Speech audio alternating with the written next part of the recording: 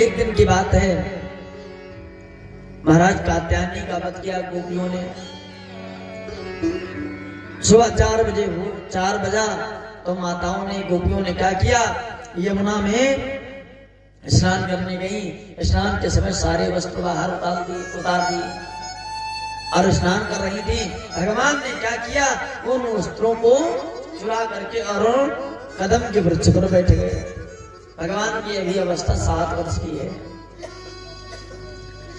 भगवान जब कदम के वृक्ष पर बैठे धीरे धीरे बांसुरी बजा रहे थे। जब स्नान ध्यान हो गया, बाहर निकलने की कोशिश की तो देखा कपड़े गायब हो गए। तो गोपियों ने कहा ये कौन कर सकता है। तब तक बांसुरी की आवाज सुनी, वही है नटखट कन्हैया, आओ कन्हैया मेरे कपड़े दे जाओ।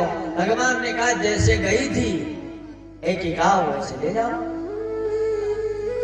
अब जब इस बात को कहा तो गोपियों ने कहा तुम्हें शर्म नहीं आती है। भगवान ने कहा शर्म कैसी, तुमने जैसे त्याग दिए कपड़े वैसे लेके जाओ।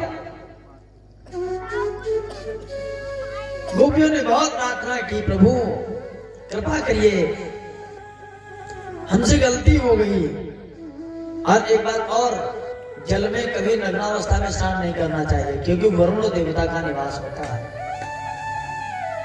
कभी तीर्थ में जाइए, कहीं भी जाइए तो ध्यान रखिए कि वहां हर एक जल के अंदर वरुण देवता का निवास होता है और उसमें स्नान नग्नावस्था में करने से आपका व्रत खंडित हो जाता है।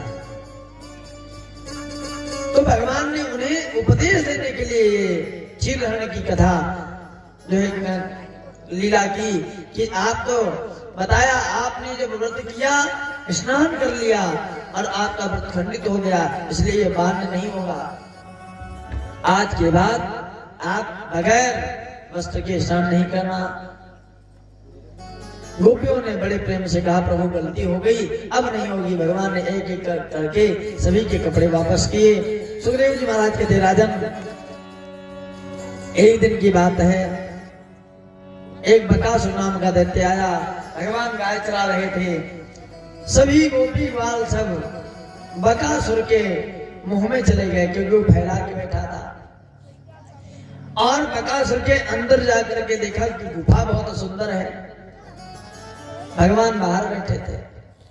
जब अंदर उसने मुंह बंद कर लिया, भगवान भी अंदर बैठ करके बांसुरी बजा रहे थे। जब देखा भगवान की अब मार ही देगा, तो भगवान ने आकाश बढ़ाया और उसका 2 भाग हो गया।